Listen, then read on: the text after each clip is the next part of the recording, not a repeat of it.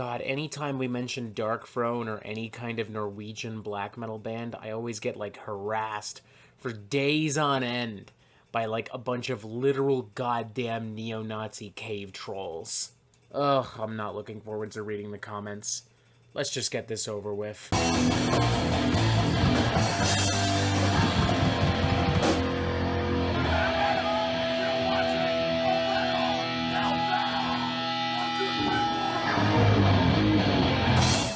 Eternal Hails is the 18th studio album from Norwegian black metal crew Darkthrone, a band that I've truthfully always had a somewhat mixed and complicated relationship with. Let me be very clear, I do not by any stretch hate or even dislike this band.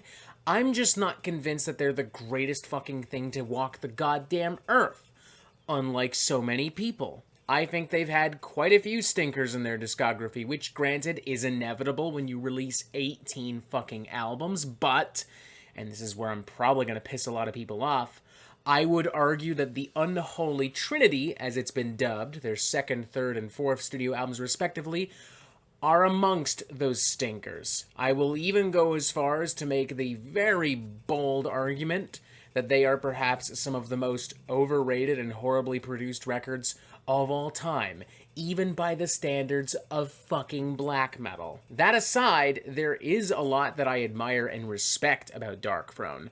For one, they're one of the few black metal bands that don't take themselves especially seriously. You know, they're pretty self-aware, often very tongue-in-cheek with how they write lyrics and how they present themselves to the general public. Fenriz, in particular, is just an absolutely goofy motherfucker, and I mean that in the best way possible. Darkthrone, to their credit, are also a pretty diverse band, not just by the standards of black metal, but in general. Over the years, they've experimented with everything from death metal to first wave black metal to traditional heavy metal, speed metal, crust punk. On both this album, Hails Eternal, and the preceding record, Old Star, they've experimented heavily with a very primitive take on like classic doom metal, evoking some of the best material from old school Candlemass, and on this album in particular, very early Black Sabbath. With all of this in mind, I approached Hails Eternal with a somewhat cautious but ultimately genuine optimism, even despite the fact that I wasn't really that impressed by the album's lead single,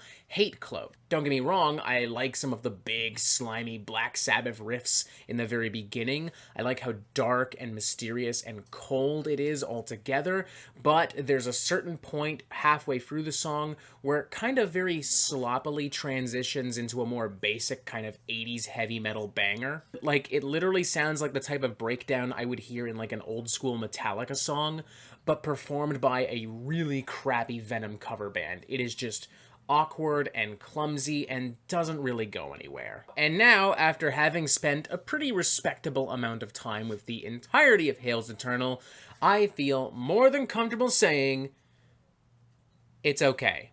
Yeah, I know that wasn't the most dramatic reveal, and yeah, I know it would probably be in my best interest to be more positive following the backlash of that Fear Factory review. Yeesh. But I also want to be truthful, and the truth is, I just think this album's okay. I don't love it, I don't hate it, I don't really feel strongly about it one way or the other. I just think it's okay. It exists, I listened to it, and then I moved on with my life. And now we're here talking about it. And after this, I will once again move on with my life. And that's it. There is a lot that I do genuinely like about this record. The aforementioned Doom and Black Sabbath influence, I think, is a welcome addition to the Darkthrone sound, especially on the closing number, Lost Arcane City of Upakra. It's a genuinely pretty ominous and dramatic number with some great swinging percussion and some really strong crushing guitar work. The vocals are a little dry for my personal liking, but all in all, it's a genuinely strong number. It's got the feel and the vibe and the heart even of a vintage Black Sabbath number, but filtered through the band's most primitive and satanic and devilish material. Expanding on that last note, I actually really like the sound mix and the production of this record.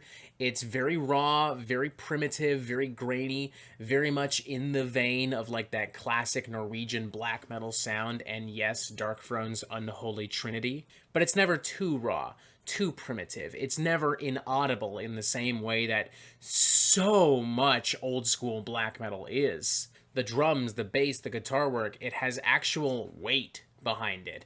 Nice, strong, pungent, old school heavy metal flavor. I'm almost reminded of some very early Candlemass, but once again, I'm also reminded of vintage Black Sabbath, namely the band's self-titled record. There's a lot of real atmosphere and dread that consistently permeates out of this, a never-ending ray of fog and smoke, and I think that that helps a lot. But yeah, then there's the black metal stuff, and unfortunately that's where Darkthrone just kind of lose me, for lack of a better way of putting it. It's not terrible by any stretch whatsoever, but it's also not especially interesting or engaging, or at least it wasn't for me. In now classic Darkthrone black metal fashion, a lot of this material is very simple, very repetitive, and far too long for its own good. Like, Wake of the Awakened did not need to be 8.5 minutes long. Plain and simple. And Voyage to the North Pole Adrift did not need to be 10 minutes long. Almost exactly 10 minutes long. Plain and simple. There is so much fucking fat on this meat that I could probably trim 4 to 5 minutes off of both of these numbers and lose nothing. In fact, not only would you lose nothing, but I think you'd have tighter, more cohesive material altogether.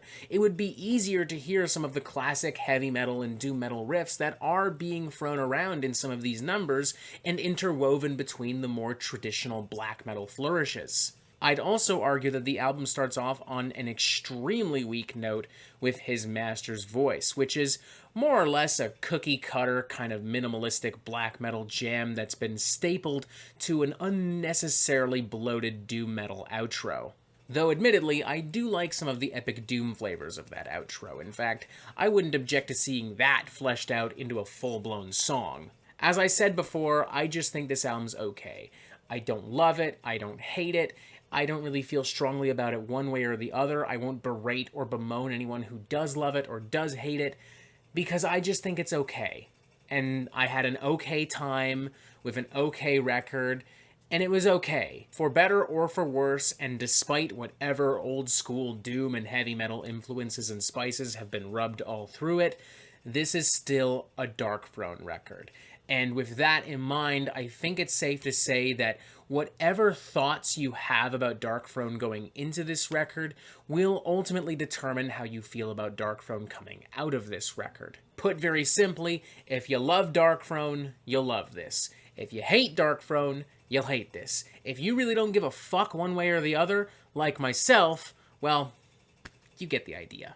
I like the doom metal side of this enough that I wouldn't mind actually hearing just a full-blown doom record from Darkthrone, which I would argue is a bit of an inevitability at this point, considering they've now been flirting with the genre for 4 years now on both this album and on Old Star. But at the same time, I don't know if I would get, like, really excited about it personally, especially not when there's a lot of really great kind of black doom metal fusion stuff, like that new Withered record, for instance. Holy fuck, that thing was awesome. Yeah, I really don't know what else to say. Even in this album's best moments, it probably wouldn't receive a score any higher than, like, an enthusiastic 3 out of 5, so 2.5 out of 5, it's okay. I hope you enjoy it. Please don't fucking crucify me for having the audacity to speak ill of Darkthrone.